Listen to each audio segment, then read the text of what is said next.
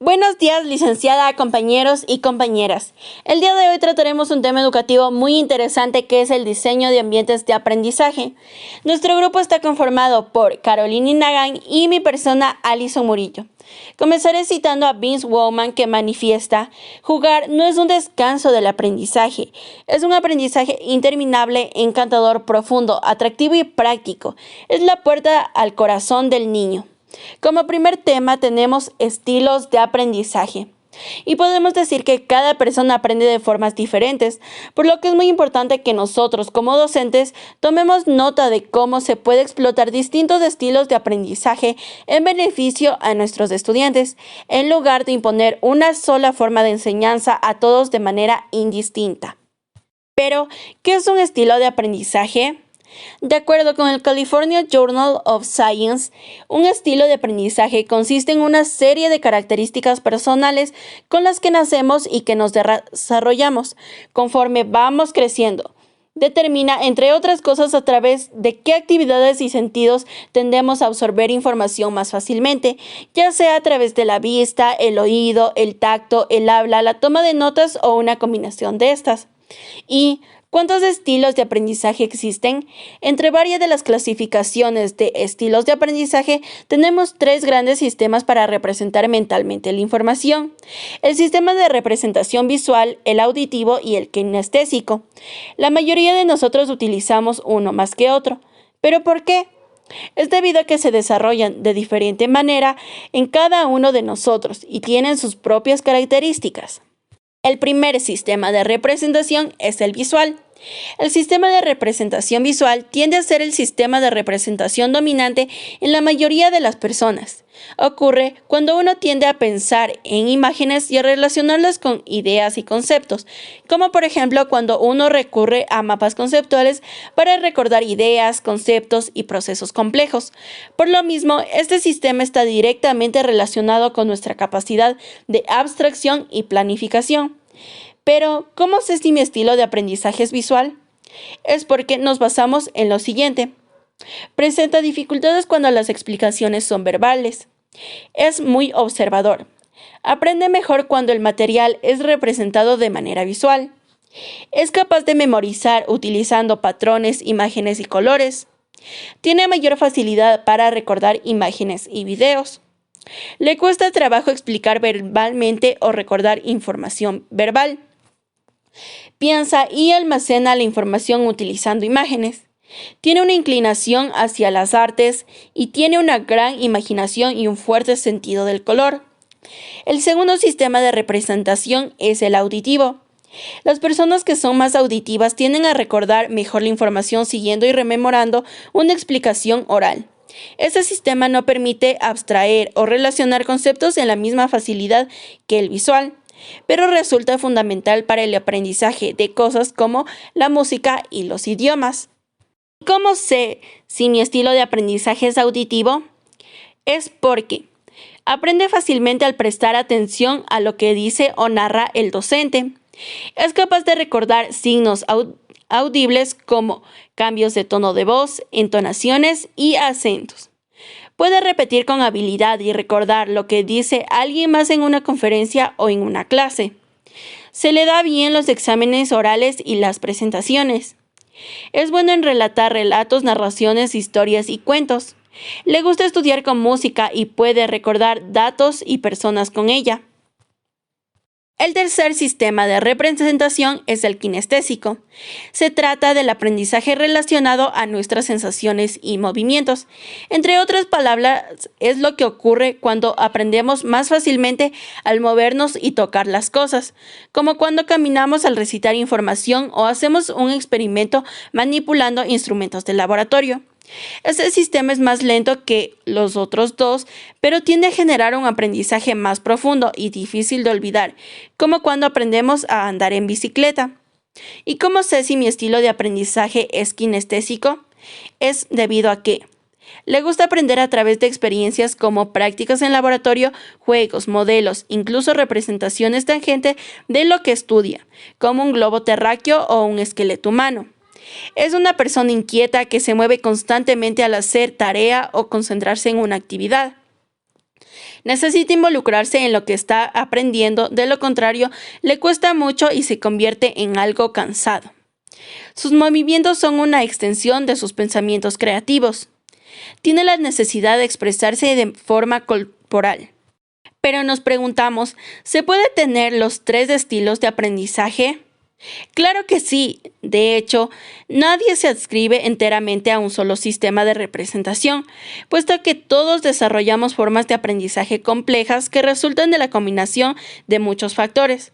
De ahí, por ejemplo, que haya quienes necesitan estudiar en silencio y quienes pueden hacerlo escuchando una música en alto volumen. El punto es que es importante tomar en cuenta, cuando menos, que las personas aprenden de maneras distintas, para hacer de la educación una experiencia más enriquecedora para todos dentro y fuera de las aulas. Conocimiento previo.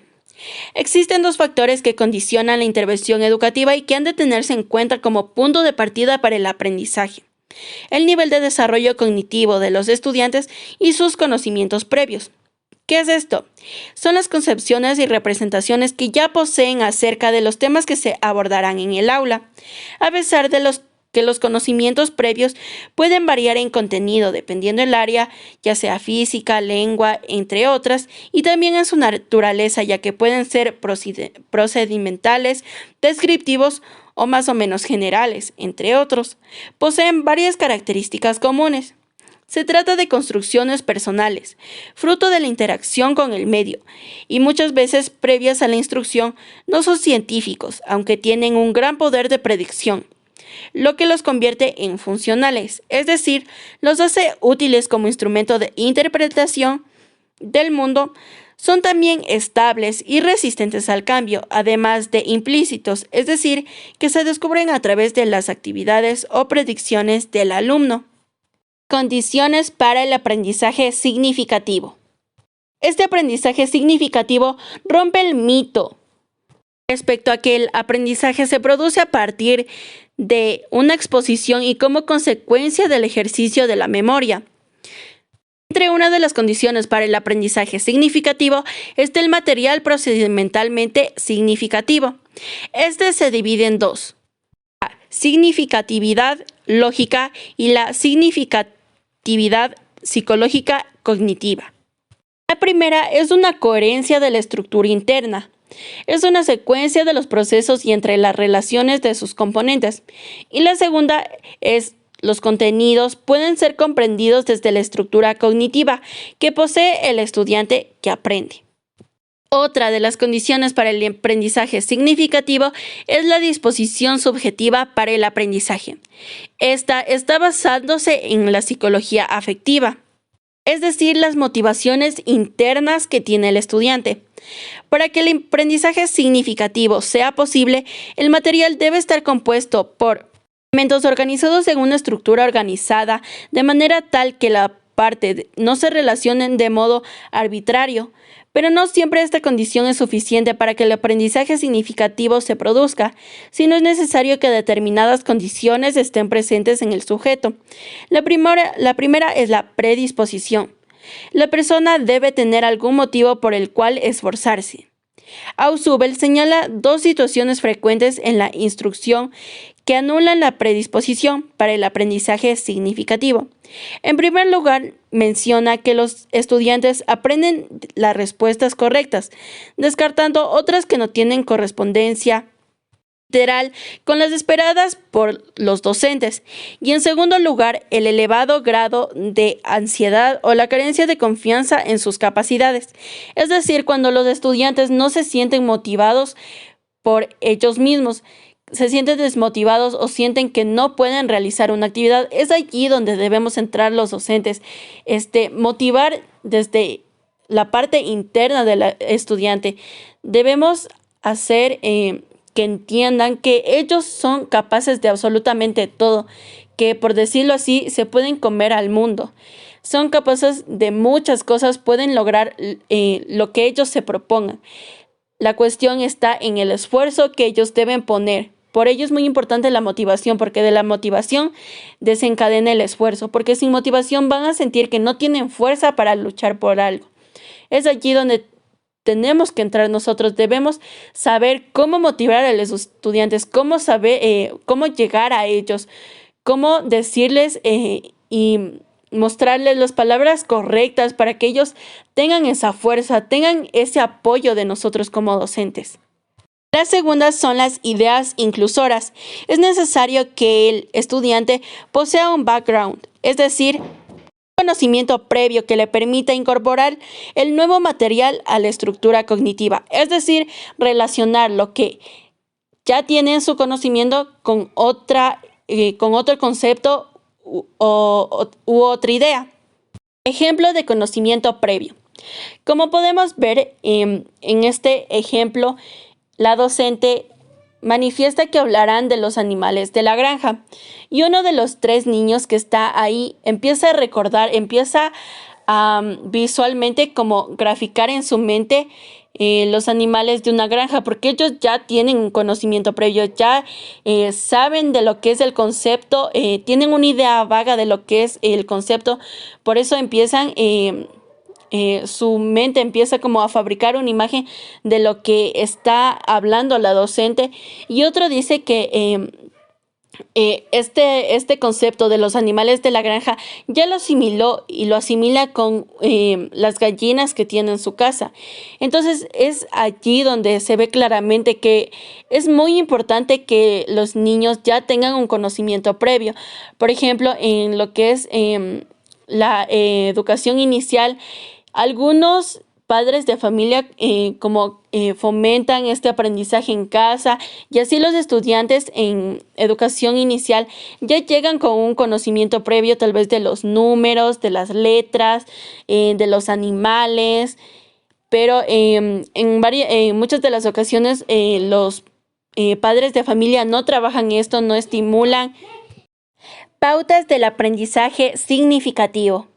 El niño o niña debe crear el contenido, es decir, ha de experimentar y relacionarlo con diferentes experiencias para dotar el concepto de sentido y lógica.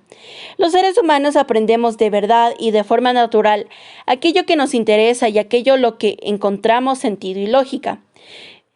Por otro lado, se produce una interrelación entre los contenidos previos y los nuevos de forma que ambos se modifican, se enriquecen y se reformulan para llegar a una conclusión final más elaborada dotando al concepto de significado. Es decir, el niño ya relaciona el concepto, pero el docente es allí donde debe reforzar el significado. Es decir, por ejemplo, en la anterior diapositiva teníamos que el niño ya tenía un conocimiento de un animal de la granja, pero tenemos que darle un significado a ese concepto. Estos significados que se basan en la comprensión son los que van a permanecer en la mente de los niños y niñas. Servirán para crear nuevos aprendizajes, ya que estos están bien elaborados y podrán ser empleados en todos los contextos y situaciones diferentes. Algunas de las pautas para un aprendizaje significativo son: primero, da tiempo al niño o niña para que construya el aprendizaje. Cada persona tiene su propio ritmo. El objetivo último del proceso es que los estudiantes construyan su aprendizaje y lleve un ritmo y tiempo personal único y personal. Segundo, ayudar a razonar mediante preguntas. Para elaborar el aprendizaje, los niños y niñas necesitan dotar de sentido. Ayudamos al niño o niña a darle sentido y significado mediante preguntas que le hagan reflexionar, razonar y comprender por sí mismo. Tercero, evitar correcciones. Aprovechemos el error como fuente de aprendizaje. Ante el error, preguntemos a los estudiantes para hacer que él mismo llegue al acierto. De este modo estará construyendo y aprendiendo de su error. No simplemente dejará a un lado de un error. Esto es lo que debemos cambiar, que nosotros tomamos un error como una falla y muchos de los errores, no solo aquí en educación, sino de la vida, podemos aprender de ellos y reflexionar Cuarto, motivar los logros. El aprendizaje es un proceso especial único de cada persona. Es preciso que el que aprende se sienta motivado e interesado. Por ello, motivaremos los logros de los estudiantes para que sea consciente de su progreso. Quinto, paciencia ante los diferentes ritmos de aprendizaje. Cada persona aprende de una manera diferente, siguiendo su propio camino. Es fundamental no pretender que todos aprendan igual al mismo ritmo. Debemos tener paciencia y respetar el proceso de aprendizaje de cada estudiante. Sexto, favorece la curiosidad del estudiante, despertando su interés. Para elaborar aprendizajes, la persona tiene que estar predispuesta. En este sentido, aprovecharemos la curiosidad natural del ser humano para fomentar interés y crear la condición de predisposición adecuada para crear aprendizajes. Séptimo, aprovechar esa curiosidad para introducir nuevos aprendizajes. Relacionamos los contenidos previos con los nuevos a través de la curiosidad que ha hecho despertar su interés. Octavo, conseguir hacer que el proceso de aprendizaje sea lúdico. Los niños aprenden mejor cuando se divierten. El momento lúdico es la condición ideal para aprender. Por eso es que al principio mencionábamos que el juego no es un descanso del aprendizaje, sino es el tiempo más óptimo para que el estudiante aprenda. Noveno, procura que el niño esté activo durante el proceso. Debemos hacerles protagonistas. Para ello, su participación activa es imprescindible. No solo debe escuchar, sino que busque información, que elabore contenidos, que practique y que aprenda. Décimo, aprender nosotros también como docentes, enriquecer nuestros conocimientos previos con cada una de las experiencias de aprendizaje de nuestros estudiantes. Papel del docente en los medios de aprendizaje.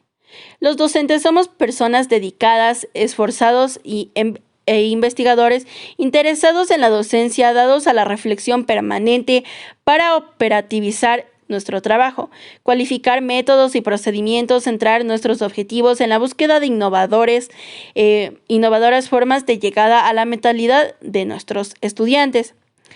Entendiendo que el nuevo contexto sociocultural y ambiental está saturado de tecnología abundante y compleja, pero que ellos manejan con eficiencia y eficacia aún más que muchos de sus guías académicos. Uno de los papeles principales que el docente debe manejar en estos ambientes de aprendizaje es el respeto por las ideas de los estudiantes, debido a que nosotros no debemos desmotivar o no debemos mencionar que está en un error pensar así o de tal manera, sino irlos guiando a su propio aprendizaje, a un aprendizaje crítico, a que ellos sean autodidactas, que ellos puedan generar sus propios conocimientos, que claro, basándonos en nuestro apoyo, sin dejar a un lado que ellos con un aprendizaje previo ya tienen la idea y nosotros debemos apoyar con el significado para que ellos formulen sus propias ideas, ideales y así llegar a un proceso óptimo en un aprendizaje significativo. El segundo es el clima adecuado, un clima adecuado para que el estudiante sea autónomo y refuerce su propio aprendizaje. Nosotros al crear un clima de inclusión con valores, ahí empezamos con el respeto que mencionamos antes y ahí vamos creando un clima óptimo para que el estudiante se pueda desarrollar de manera integral. Otro es el autoestima. El docente mejora el autoestima del estudiante, mejora con sus palabras, con el apoyo, la motivación que el docente puede otorgar al estudiante. Las otras son las habilidades y es que el docente potencia las habilidades cognitivas del estudiante. Siempre debemos de estar buscando estrategias innovadoras que potencien las habilidades que tienen nuestros estudiantes, sacarlo, por decir así, el jugo a esas habilidades que lleguen a estar al 100% optimizadas. Ambientes virtuales de aprendizaje. Un ambiente virtual de aprendizaje es el espacio que se crea en Internet para propiciar el intercambio de conocimientos entre instituciones educativas y estudiantes, a partir de plataformas que favorecen las interacciones entre estos usuarios para realizar un proceso de aprendizaje. Los efectos de la pandemia del COVID-19 van más allá de una cantidad abismal de personas contagiadas. En el ámbito de la educación, 1.5 billones de estudiantes han tenido que suspender o reprogramar sus clases alrededor del mundo. De acuerdo a una actualización realizada por la UNESCO, órgano de la ONU para la educación, esta cifra representa casi 90% de los estudiantes del planeta. Bajo este contexto, se ha abierto un nuevo panorama para el crecimiento y exploración de los procesos de enseñanza-aprendizaje y en los medios digitales. Pensando en eso, desarrollamos este material que permita descubrir más sobre los diferentes contenidos del currículo. El uso de ambientes virtuales de aprendizaje favorece la inclusión digital de estudiantes y docentes, además de estimular la enseñanza semipresencial haciendo las clases más dinámicas. Para los docentes, estos ambientes posibilitan diferentes tipos de aprendizaje, yéndonos desde el cooperativo, orientado al diálogo, por proyectos, por desafíos, problemas o estudios de caso. Además, actuamos como un soporte para el desarrollo de prácticas pedagógicas multidisciplinarias, permitiendo difundir información a un gran número de personas al mismo tiempo, sin límites geográficos. Aquí también debemos destacar que los estudiantes tienen como una libertad de estudiar desde su casa a su propio ritmo, independientemente de donde estén. Pueden compartir conocimientos de manera colectiva, ampliando así su experiencia educativa y estimulando la colaboración entre todos sus compañeros. Ejes de la enseñanza del aprendizaje en línea. El primer eje es el eje físico y sus componentes son la conectividad y equipamiento, es decir, el Internet entre un espacio. El equipamiento vendría a ser un dispositivo tecnológico que ya puede ser celular, computador, una laptop, tablet, un iPad. El eje de desarrollo docente tiene los componentes de formación continua y acompañamiento, formación inicial del docente y profesionalización del docente. Aquí nosotros, estando en un aprendizaje en línea, un aprendizaje virtual, podemos acompañar al estudiante, ya sea tal vez, no sé si alguno ha tenido la oportunidad, pero si tiene algún como familiar que esté estudiando, muchos de los docentes se comunican a través de WhatsApp y sus estudiantes les pueden hacer una pregunta o un cuestionamiento, tal vez si no entendieron la tarea, y los docentes pueden hacer un acompañamiento y un apoyo ahí. Eje de comunicación y fomento. Tiene los componentes de difusión, incentivo y empoderamiento. Este aprendizaje virtual o en línea motiva a los estudiantes. ¿Por qué? Porque los docentes usan diferentes metodologías, diferentes técnicas, diferentes como aplicaciones para que los estudiantes puedan puedan desarrollar sus conocimientos. No siempre van a ser un aprendizaje colaborativo en, digamos así, Kahoot, sino van a haber varios programas. Hay miles de programas para poder como compartir y transmitir conocimientos a los estudiantes. El otro eje es el eje de innovación y sus componentes son la innovación educativa y los consejos de innovación. Aquí viene mucho lo que ya mencioné antes. Existen muchísimos programas como para poder transmitir nuestro conocimiento. Se han innovado, han llegado al mundo nuevas páginas, nuevas tecnologías que nos permiten apoyarnos en ellas a nosotros como docentes, poder hacer un uso correcto, poder darles un uso educativo, científico a aplicaciones que tal vez no estaban pensadas para la educación y por ello vamos innovando siempre en la educación. Ya, el último eje es el evaluativo, donde se aplican estrategias y técnicas de evaluación. Esto nos permite verificar que el estudiante haya adquirido los conocimientos y haya nuevos desarrollos en sus habilidades. También nos permite cumplir algunas funciones a nosotros como docentes, y es el hacer evaluaciones sumativas y formativas. Si en estas evaluaciones el estudiante tiene una mala calificación, el docente tiene la obligación de hacer una retroalimentación, y esto más que todo para que el estudiante ya no tenga dudas sobre cualquier tema que haya sacado mala nota, y así pues siga al siguiente año con nuevos propósitos en su vida. Bien, vamos a hablar sobre la motivación. La motivación es un estado interno que activa, dirige y mantiene la conducta de la persona hacia metas o fines determinados. Tenemos aquí también la motivación extrínseca más la motivación intrínseca, que es igual a un equilibrio de vida. ¿Pero qué será la motivación extrínseca? Es todo aquello tipo de premios o recompensas que obtenemos o se nos otorga al realizar una tarea o una labor determinada. Y la motivación intrínseca es la que nos impulsa a hacer cosas por el simple gusto de hacerlas. En sí es la propia ejecución de la tarea, es nuestra recompensa. También tenemos la motivación de miedo. Esto más que todo es cuando es basada en una amenaza. Por ejemplo, yo le puedo decir a mi hermanito, si no estudias vas a sacar 0.